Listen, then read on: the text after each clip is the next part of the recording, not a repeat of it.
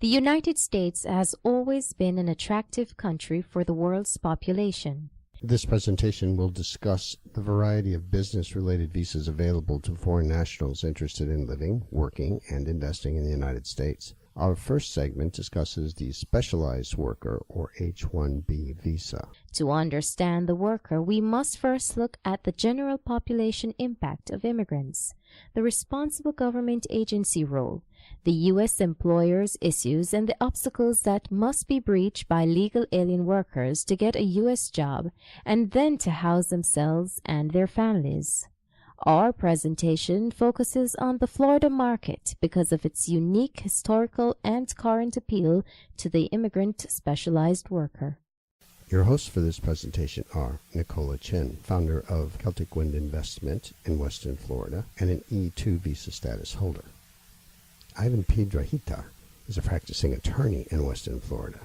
Attorney Piedrahita is an immigration and business attorney with more than a dozen years of experience assisting alien workers and foreign investors in their transition to the U.S. work and business environment. Michael Belcheri is an editor and producer. For Celtic Wind Investment, he's a distance education instructor certified and trained by the Association of Real Estate Licensed Law Officials and a licensed Florida realtor. At the end of this presentation, you will have a basic understanding of the work and business visas offered by the USA. Know how to look for the professionals you will need to get you through the immigration process, and be able to start your search for a home to own or rent. Recent immigration patterns and policies show both continuity and change. Continuity is reflected in the arrival of an average of 104,000 foreigners a day in the United States. This group includes 3,100 who have received immigrant visas that allowed them to settle and become naturalized citizens after 5 years, and 99,200 tourist, business, and student visas. About 2,000 unauthorized foreigners a day settle in the United States. Over half elude apprehension on the Mexico-U.S. border. The others enter legally, but violate the terms of their visitors' visas by going to work or not departing. These two charts are derived from the U.S. Census. Because of high unemployment, there has been a lot of press given to immigration. The fact is that migration to the United States has been slowed by a worldwide recession. In 2009, for the first time in history, the number of immigrants slowed down. The nonprofit Population Resource Bureau says this, quote, "Because of internal migration, most economists look for the impacts of immigrants throughout the U.S. labor market rather than in particular cities. Immigrants and U.S.-born workers are often grouped by their age and education in order to determine, for example, how 20 to 25-year-old immigrants with less than a high school education affect similar U.S.-born workers. Economist George Boreas assumed that foreign-born and U.S.-born workers of the same age and with the same levels of education are substitutes, meaning that an employer considers foreign and U.S.-born workers to be interchangeable. However, if foreign-born and U.S.-born workers are complements, meaning that a 30-year-old U.S.-born carpenter with a high school education is more productive because he has a foreign-born helper, immigrants can raise the wages of similar U.S.-born workers. Estimated immigrant impacts depends largely on assumptions, and economic studies have not reached definitive conclusions." Close quote. While there are numerous reasons to come to the United States in these days and times, recruiting immigrants is something that is only done by U.S. employers in search of talent they may not have available to them in the United States. There exists in the world a willing workforce who see the United States job market as an opportunity for themselves, their skills, and their fortune. Putting the two, employer and alien worker, together is the task today of the Department of Homeland Security, to which the United States Citizenship and Immigration Service is now assigned. In this presentation, we will review the responsibilities of the employer when he creates an opening for an alien worker, and the tasks required by the Immigration Department for the worker who is intent on something like securing a position in the United States. The employment opening defined by this visa is not just anyone. And that is, not just anyone can fill one of these positions. The job must meet one of the following criteria to qualify as a specialty occupation. The applicant must have a bachelor's or higher degree or its equivalent, and normally the minimum entry requirement for the position. The degree requirement for the job is common to the industry, or the job so complex or unique that it can be performed only by an individual with this degree. The employer normally requires a degree or its equivalent for the position. The nature of the specific duties is so specialized and complex that the knowledge required to perform the duties is usually associated with the attainment of a bachelor's degree or higher.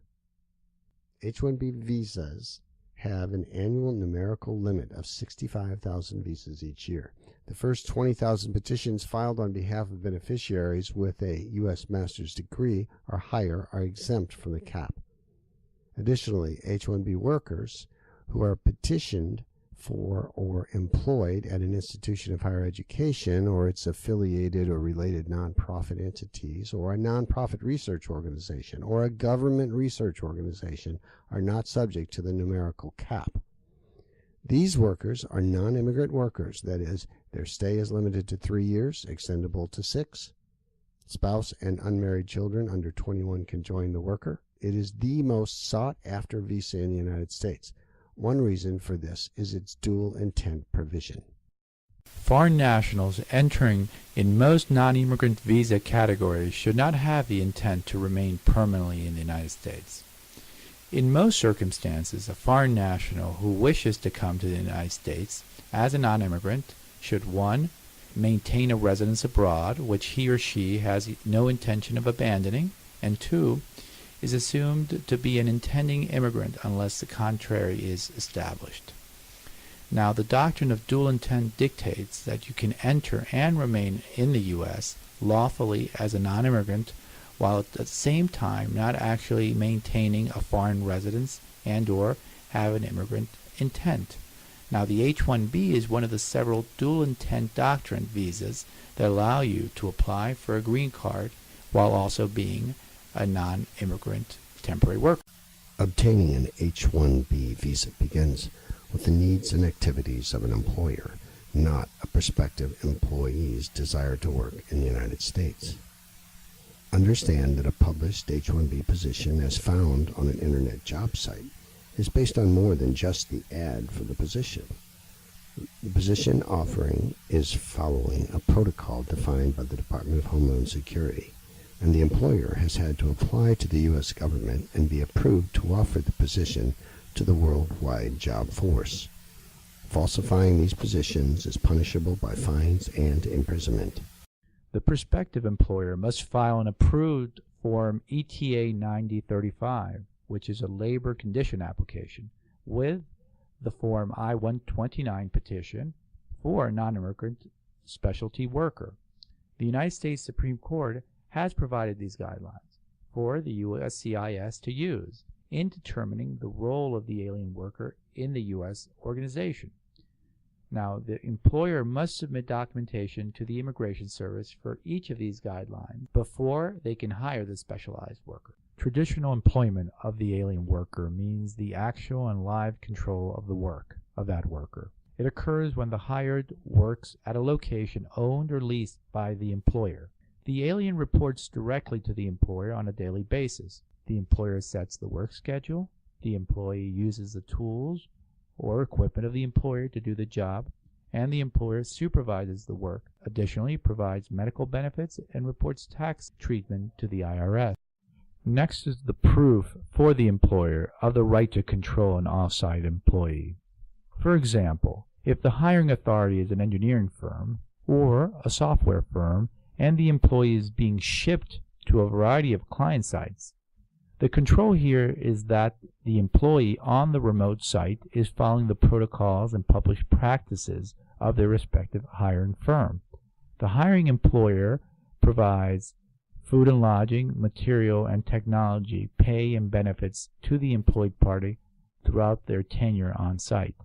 Even though the hired employee is assigned to a permanent long-term off-site position, they would still be qualified if they are under the specific control of the hiring authority and that control is exercised.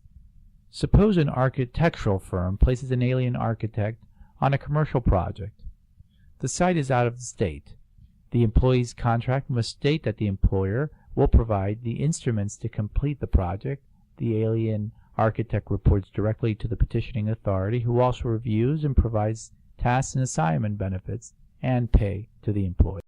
Here's an example of the kind of position that will not be accepted for the petition.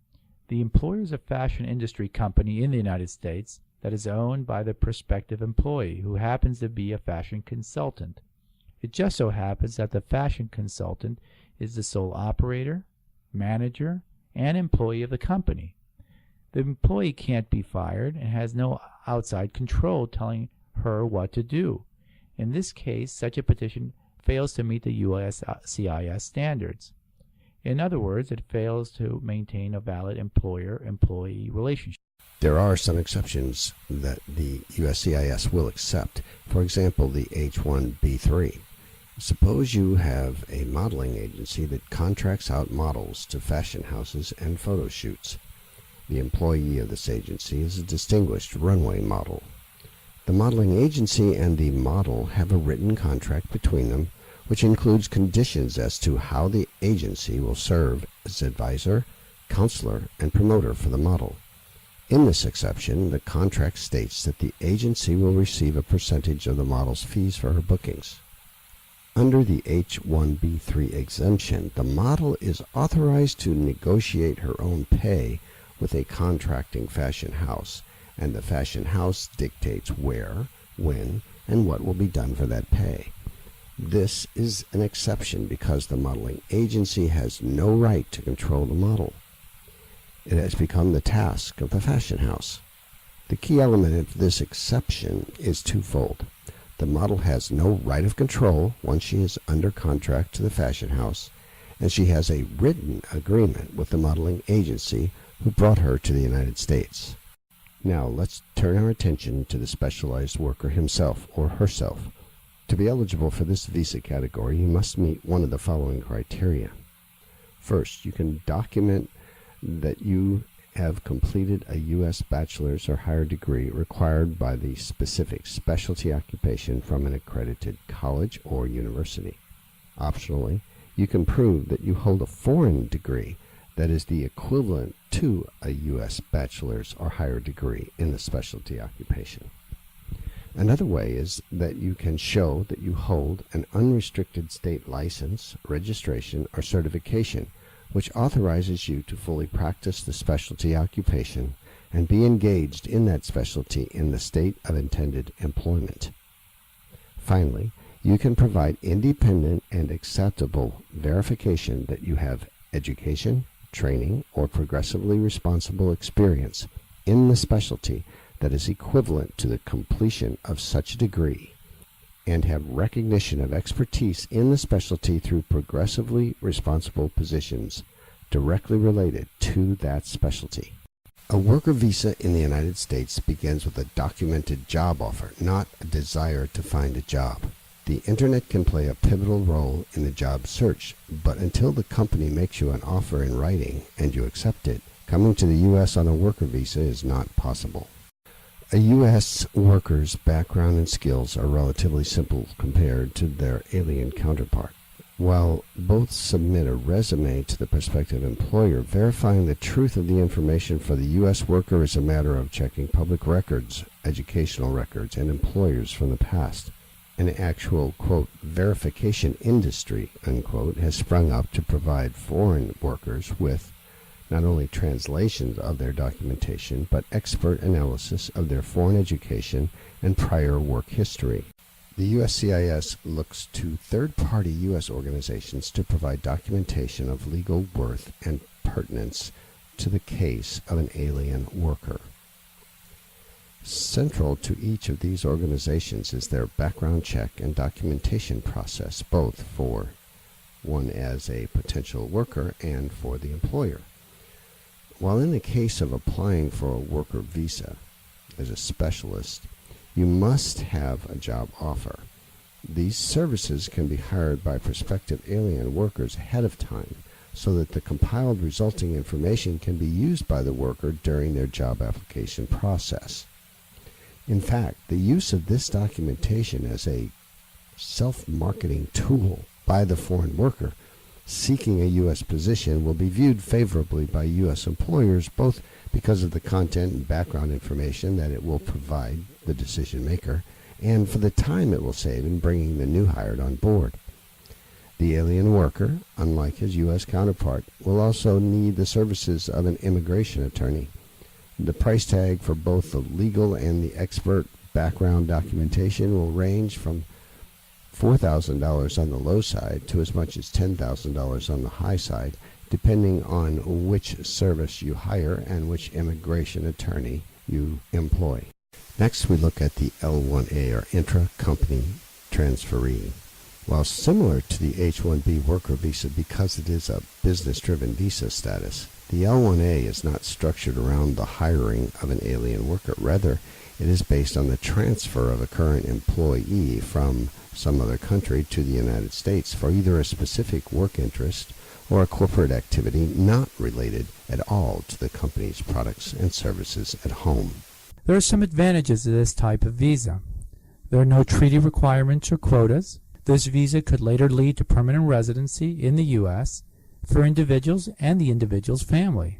And the corporate structure through which the L1 is obtained does not require that great of a capital investment. There are some requirements in order to be able to obtain an L1 visa. The employee coming on this visa must have worked in the foreign entity or corporation connected to the U.S. corporation. The foreign entity or corporation and the U.S. corporation must be connected in a parent, subsidiary, branch, or affiliate relationship. The person must have worked as a manager or executive in the foreign entity or corporation, and the foreign entity must remain active. Also, the visa allows for the applicant to bring their spouse and children under 21 years of age. Also, people coming to the U.S. as an L1 manager or executive have certain privileges. This includes living and working legally in the United States, as well as being eligible to apply for permanent residency. Additionally, they enjoy unrestricted travel in and out of the U.S., and they're entitled to remain until the expiration date of their authorized stay. Each year, more than 75,000 workers are transferred to the United States by their company or take advantage of this visa to effect a transfer through their company ownership for some business purpose. There are some requirements in order to be able to obtain the L1A visa. The employee coming on this visa must have worked in a foreign entity or corporation connected to the U.S. corporation. The foreign entity or corporation and the U.S. corporation must be connected in a parent, subsidiary, branch, or affiliate relationship. The person must have worked as a manager or executive in the foreign entity or corporation, and the foreign entity must remain active. Also, this visa allows for the applicant to bring their spouse and children under 21 years of age. A treaty between the United States and the country of origin is not required for this visa. Therefore, aliens from countries like Brazil. So to summarize about the L1A non-immigrant visa category, this visa provides a person an avenue to live in the United States and to develop his or her career and business interests for up to 7 years. Additionally, it gives a person a future option during that time to apply for permanent residency status in the United States. The next non-immigrant visa category is the E2, or Treaty Investor Visa. In 2010, more than 34,000 investors came to the United States to start companies and create jobs for Americans under this visa. It has no quota restriction. For new businesses, the investment must be substantial enough to start and operate a business. The amount of investment depends on the type of business. A $30,000 amount would not be a substantial investment for a business such as an auto parts manufacturing firm, but might qualify for an internet marketing or language educational services distributor. The investment will not be considered acceptable by the USCIS if it is not large enough to capitalize the venture and maintain its existence for a period of time. The USCIS will use an inverting sliding scale to determine whether the investment is substantial in proportion to the overall cost of the enterprise. Since this is a non-immigrant visa, upon conclusion of the business, investors must return to their countries of origin or change their status. The holder of an E-2 visa may leave the United States at any time. The E-2 visa is for treaty investor countries only. That is, it is a visa category for the citizens of certain countries that have investment treaties with the United States. It allows these investors to come to the U.S. and invest into a new or existing business enterprise and obtain a visa to live and work in the United States while this business venture is active. There are many countries that have these treaties. This chart sets out the countries themselves. In order for the investor to qualify as an E-2 investor, the person must have majority control of the company he is starting. This is normally understood as having over 50% ownership control of the company. An investor's investment must be substantial. It must be sufficient to ensure the successful operation of the enterprise. There is no specific amount to determine this. The percentage of investment as compared to indebtedness required for a low-cost business enterprise is generally higher than the percentage of investment required for a high-cost enterprise. The investment must be in real operating commercial enterprises. Therefore, speculative or passive investment does not qualify. Uncommitted funds in a bank account or similar security are not considered an investment. The investment may not be marginal. This means that the investment must have the capacity to generate significantly more income than just to provide a living for the investor and his family. It should generate sufficient income by volume to hire U.S. employees and create cash flow. The investor must have control of these funds and bear the risk of the investment. Loans secured with the assets of the investment enterprise only are not considered to be at risk. Therefore, the money should be the investor's money, and he or she must be able to prove the source of the funds. The investment must be in a real operating commercial enterprise. The business must be active in the sale of goods or the rendering of services. For example, property speculation will not support a visa status. Property speculation would require the marketing, advertising, sales, trade of property, as well as property management services in order to reach a level of viability to qualify for the treaty investor visa. Let's take a deeper look at that example. The active business could be in the real estate investment area. The investor could create a company that buys, improves, and sells real estate. The investment company should maintain an office staff, and contracts with general contractors, subcontractors, architects, etc. Also, an investor could create a company that owns and manages multiple property units. Again, the investment company must have an office staff, property manager, and employees to maintain the properties. Alternatively, an investor could create a company that develops real estate construction projects. Again, they must maintain offices, office staff, and contracts with general contractors, subcontractors, architects, etc. Now for the contradiction. Even though you have a substantial investment, even though you are employing U.S. citizens in your company, you, as the E-2 investor, must have the expressed intention to leave the United States at some time in the future. The investor must manifest this intent, and he or she should show evidence of this intent by showing that they maintain ties to their home country. Investors can bring their spouse and their unmarried children under the age of 21 to the United States with them. The spouse can obtain employment authorization, and the children may study in the United States while they are accompanying family members of an E-2 visa holder. The treaty trader visa category requires that the alien investor have significant funds to invest, generally around $100,000 in a business venture, and sufficient funds to sustain that cash flow during the startup period. This alien investor's funds must be shown to be in a U.S. institution and clear of any illegal gains. The process requirements of the USCIS include detailed documentation and a 5-year business plan for the development of the business and the hiring of U.S. workers. Any would-be worker or investor should begin their quest with more than an online website to accompany them.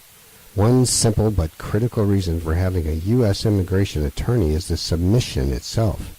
Before taking that first step to find a position in the United States, make sure you have established a network in the United States that will serve your needs as you work your way through the process of employment or immigration or investment and the adjustments to a new cultural experience in the United States as a very specialized or skilled worker or an investor. Once the alien specialized worker or investor has secured a position or started a business, he or she enters the practical world of finding the right way to get to their destination and, upon arrival, finding an appropriate place to live in relation to their commute to work. Family, schooling, language, price, and culture all play a role in the search for the place one will eventually call home away from home. Your attorney, your new employer, and the web are the places to begin. The attorney is necessary because there will be financial transactions and legal documentation involved in either your purchase or rental of property. The employer is involved because often employers have arrangement organizations they employ to assist the employee by providing contacts with moving firms. The Internet provides licensed realtor access, and in the case of specialized or transferees from one company to another, a benefits coordinator will assist in the move to the workplace. Today, according to the National Association of Realtors, more than 96% of all property searches begins on the Internet. Realtors in the United States are licensed by their state and ethically associated with both local, state, and national associations of realtors. They have access to thousands of homes through a knowledge base called the multi-listing service. This service is itself remarketed through organizational websites like those shown here at Zillow or Trulia or Realtor.com. The site CityData.com combines social, geographical, and statistical data from dozens of sources to give a thumbnail sketch of virtually every city and county in the United States. Local newspapers and free papers in specific neighborhoods also prove as an excellent source of neighborhood information on properties. Planning your move with the cooperation of your new company, your attorney, and a local licensed agent who speaks your language, knows the neighborhood, schools, and amenities of the area should provide a smooth transition to a new position, a new life, a new beginning, a new company. The U.S. housing crisis is well known worldwide. It has been particularly dependent on foreign investors in the South Florida housing market, where nearly 4 in every 10 properties are purchased by foreign nationals. The United States has encouraged foreign investment since its earliest beginnings. As a result, the buying of U.S. property, either real estate or business entities, is relatively easy to do as long as one understands the difference between ownership in the U.S. and one's respective homeland. What is not easy to do is to sell the property. There are 2 issues. Everyone in the workforce or the investment community of the United States must have a clear and direct relationship with the Internal Revenue Service of the United States government while one is working in the United States and when it is time to sell and go home. If you don't have a Social Security number, you must apply for and receive what is called a tax identification number. 3, 2, 1. Slide 43. The disposition of a U.S. real property interest by a foreign person, known as a transferor, is subject to the Foreign Investment in Real Property Tax Act of 1980, or FIRPTA. FIRPTA authorized the United States government to tax foreign persons on disposition of U.S. real property interest. A disposition means for any purpose of the Internal Revenue Code. This includes, but is not limited to, a sale or exchange, liquidation, redemption, gift, transfers, etc. Persons purchasing U.S. real property interest, transferees, from foreign persons, certain purchasers, agents, and settlement officers are required to withhold 10% of the amount realized on that disposition, and there are special rules for foreign corporations. In most cases, the transferee or buyer is the withholding agent. If you are the transferee buyer, you must find out if the transferor is a foreign person. If the transferor is a foreign person and you fail to withhold, you may be held liable for the tax. For cases in which a U.S. business entity, such as a corporation or partnership, disposes of U.S. real property interest, the business entity itself is the withholding agent. A U.S. real property interest is any interest other than solely as a creditor in real property, including an interest in a mine, well, or other natural deposit located within the boundaries of the United States or the U.S. Virgin Islands, as well as certain personal property that is associated with the use of real property, such as farming machinery or hotel furniture. It also means any interest other than solely as a creditor in any domestic corporation, unless it is established that the corporation was at no time a U.S. real property holding corporation during the shorter of the period during which the interest was held, or the 5-year period ending on the date of disposition. This presentation has been intended to introduce you and educate you about the immigration status visa structure of the United States that pertains to specialized workers, managers, and investors. It is intended for educational purposes. Immigrant workers and investors intent on the pursuit of life, wealth, and liberty in the United States should investigate and hire an experienced and educated immigration attorney to guide them through the process that will fulfill their dreams and plans for both themselves and their families. For Ivan Pedrahita, the attorney and founder of Celtic Wind, Nicola Chen, thank you very much.